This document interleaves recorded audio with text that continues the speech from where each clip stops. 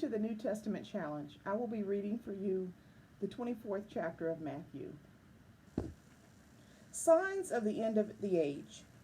Jesus left the temple and was walking away when his disciples came up to him to call his attention to its buildings. Do you see all these things? He asked. I tell you the truth. Not one stone here will be left on another. Every one will be thrown down. As Jesus was sitting on the Mount of Olives, the disciples came to him privately. Tell us, they said, when will this happen, and what will be the sign of your coming and the end of the age? Jesus answered, watch out that no one deceives you. For many will come in my name, claiming, I am the Christ, and will deceive many. You will hear of wars and rumors of wars, but see to it that you are not alarmed. Such things must happen, but the end is still to come. Nation will rise against nation, and kingdom against kingdom. There will be famines and earthquakes in various places. All these are the beginning of the birth pains.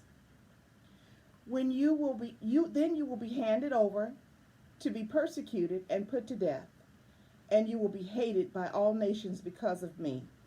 At that time, many will turn away from the faith and will betray and hate each other, and many false prophets will appear and deceive many people.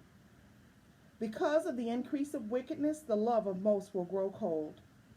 But he who stands firm to the end will be saved. And this gospel of the kingdom will be preached in the whole world as a testimony to all nations, and then the end will come. So when you see standing in the holy place the abomination that causes desolation, spoken through the prophet Daniel, let the reader understand. Let those who are in Judea flee to the mountains. Let no one who is on the roof of his house go down to take anything out of the house. Let no one in the field go back to get his cloak.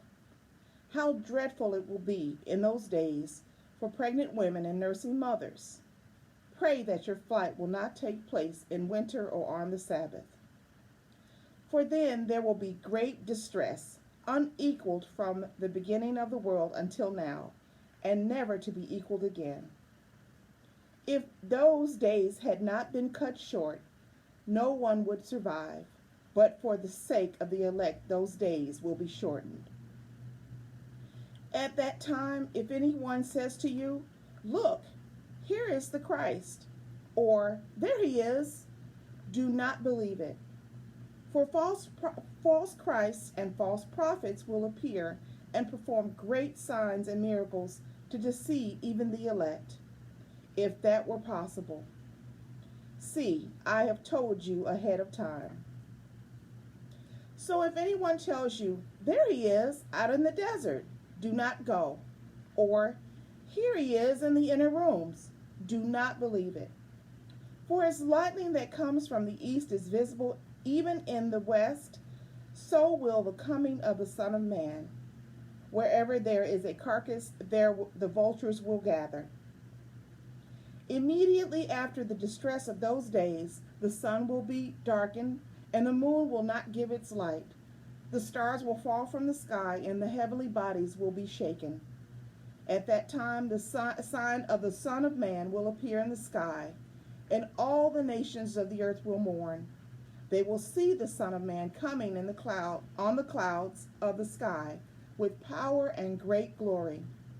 And he will send his angels with a loud trumpet call, and they will gather the elect from the four winds, from one end of the heavens to the other.